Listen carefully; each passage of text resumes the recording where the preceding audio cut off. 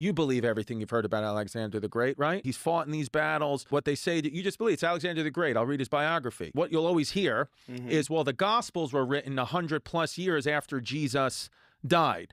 Alexander the Great's first biography was written like 300 years after he died. Is there a book that proves Jesus was real? Well, comedian Chris Distefano seems to think so. Welcome to One Life Network, everyone. I'm Brett, and I've been a pastor for a long time. And at One Life, we're passionate about exploring cultural conversations from a Christ-centered worldview with people who do believe and with those who don't. So if that sounds like you, please subscribe. We'd love to have you go along the journey. So the book he's talking about is called The Case for Christ. It's by a guy named Lee Strobel, and it obviously made an impact on him, and because he debunks what is seen by too many as a defeater of the Christian faith, which it's really not. Now, we'll listen in and explore the topic further on the other side. Watch this. This book, Case for Christ, the fucking history, it's not even an opinion. He's not saying, I want you to believe. He's like, here's the history. Here's why we... Dude, so like, if I said to you, Joe, you believe everything you've heard about Alexander the Great, right? You believe it, you know, he's fought in these battles. What they say, you just believe it's Alexander the Great. I'll read his biography.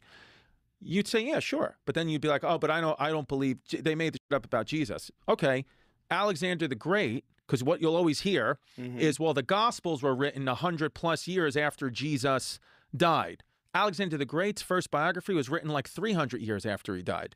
So that right there is like, well,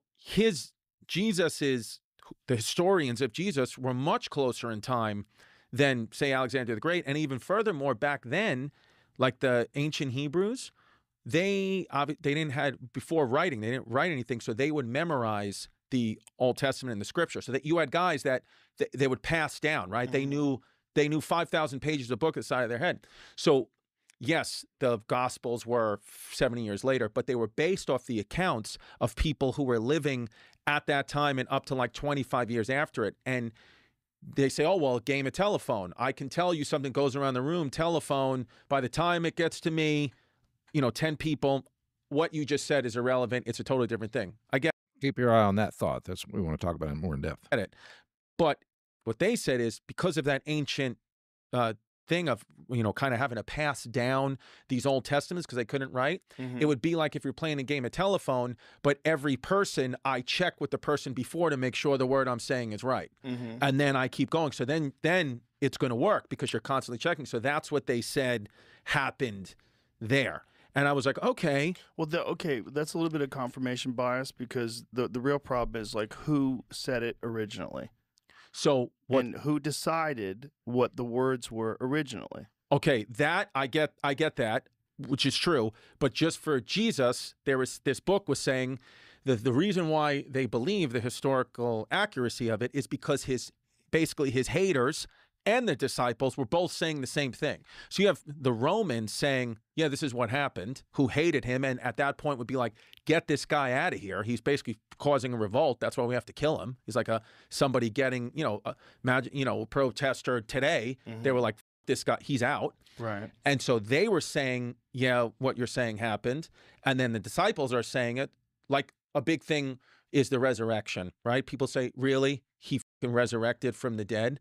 And you're like, well, everybody agreed, haters, Romans, and the Jewish people, everybody agreed he died. That's 100%. That's why when they stab him and you say water came out, it wasn't water, it was fluid from his lungs because he was dead.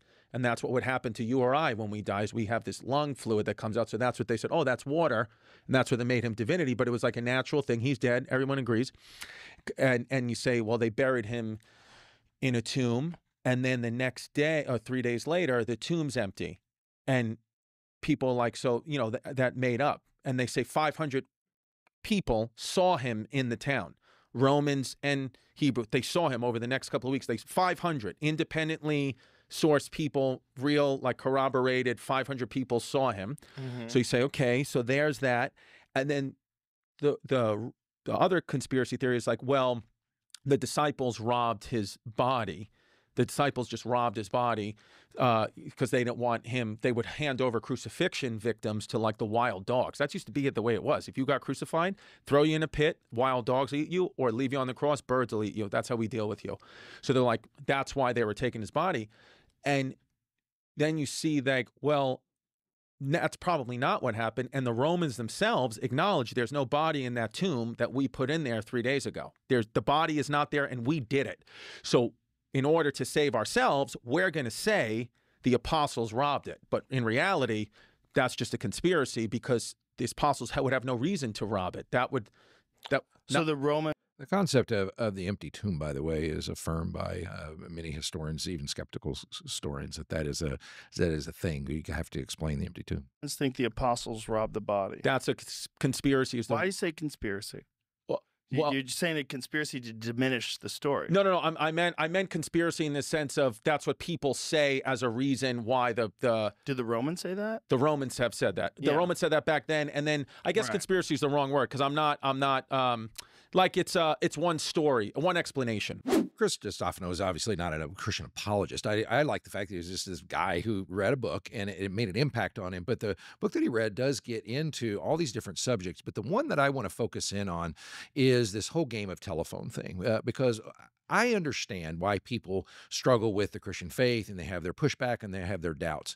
And I get some of those, and I have a lot of sympathy for some of those. The one that I don't have nearly as much sympathy for, and if you have your own doubts, I would say don't doubt based upon this whole game of telephone idea. And the reason is because it doesn't correspond to history, and it doesn't correspond to practicality. And I think that needs to be gotten into a little bit deeper. Here's the thing. The reason I say it doesn't correspond to history or practicality is because the idea is what they're saying. The game of telephone is I come up with a line and I whisper it in someone's ear, and then they whisper it in someone's ear, and then they whisper it in someone's ear. And by the time it goes around 20 people or whatever, it comes out completely different than what it was. That's the whole idea.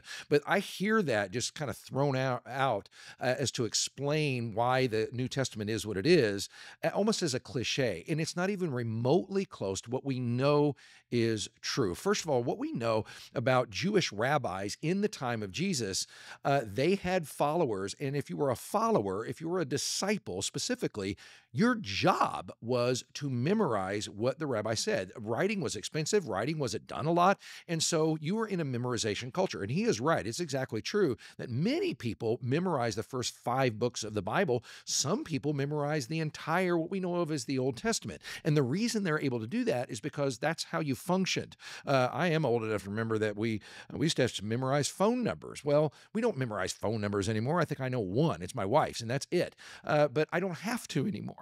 But back when I did have to, I knew quite a few, actually. And in any kind of culture, it's going to go that way. But think about it this way, too. So it's out in the open. You're all following a rabbi. There's several of you, and you're all hearing the same thing. The New Testament affirms that Jesus was an itinerant preacher. In other words, he went from town to town saying the same things over and over and over again, like a comedian does. When they go from town to town, they deliver the same set over and over and over and over and over again. And these guys, it would again, be their job to memorize it. Another thing that happens a lot with, he was getting some of his times wrong. The earliest Gospels were no more than about 30 or 40 years written down after Jesus is on the earth. But a lot of times it's presented like, okay, the disciples were hanging out with Jesus, and then they just kind of stopped for about 30 or 40 years and then tried to remember what he said. And that's not true. The way things went was they hung out with Jesus, and then they immediately went out into the ancient world and repeated the things that they had memorized, and they did it over and over and over and over and over again. It's kind of like bands that play out and play gigs. I'm pretty sure that the Eagles know how to play Hotel California in their sleep. They've played it a few times, so they have that memorized. That's why the Gospels are reliable. It's not even remotely a game of telephone. It's something that came from a memorization culture, was repeated over time, and entrusted to other people. And again, you can have your struggles with the Christian faith, but I wouldn't make that one of them if that has been. So hope that helps. We'll see you next time.